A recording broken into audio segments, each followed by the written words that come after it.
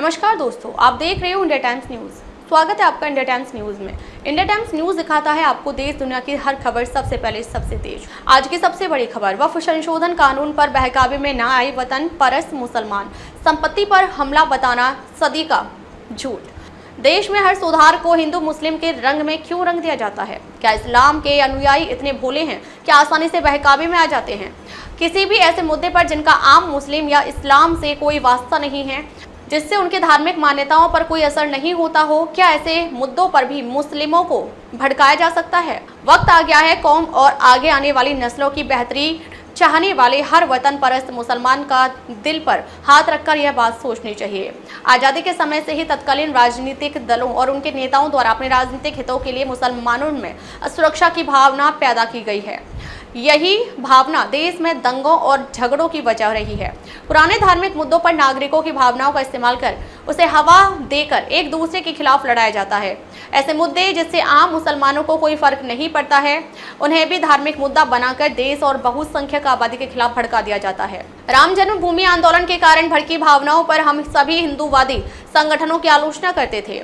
ऐसे मुद्दों को देश की प्रगति के विरुद्ध मानते थे, लेकिन जैसे जैसे जमीनी हकीकत से सामना होता रहा और दोनों पक्षों के नेताओं से कानून व्यवस्था को लेकर अनुभव होते रहे, तब महसूस हुआ कि वक्फ जैसे कई मुद्दों से मुस्लिम अस्तित्व, मुस्लिम धर्म, मुस्लिम अस्मिता पर कोई फर्क नहीं पड़ता।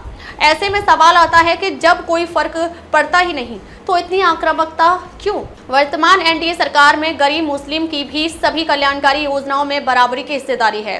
कोई भेदभाव नहीं है और ना ही भेदभाव का कोई संदेश है। फिर उन्हीं के हित और लाभ के लिए बन रहे कानूनों के खिलाफ इतना विरोध क्यों?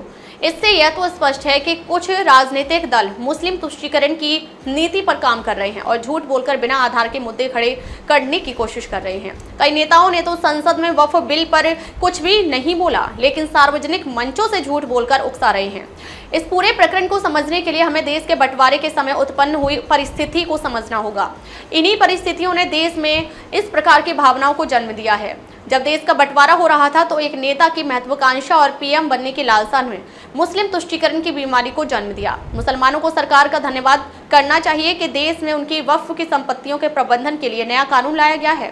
सरकार चाहती तो देश में एक समान आचार संहिता की दिशा में वक्फ को भी हिंदू चैरिटी एक्ट के साथ मिलाकर देश में एक कॉमन चैरिटी एक्ट ला सकती थी, लेकिन ऐसा नहीं किया गया है। पुराने वक्फ कानून की भावना को सुरक्षित रखते हुए केवल संपत्ति प्रबंधन की व्यवस्थाओं को बेहतर करने के लिए संशोधन किया गया है।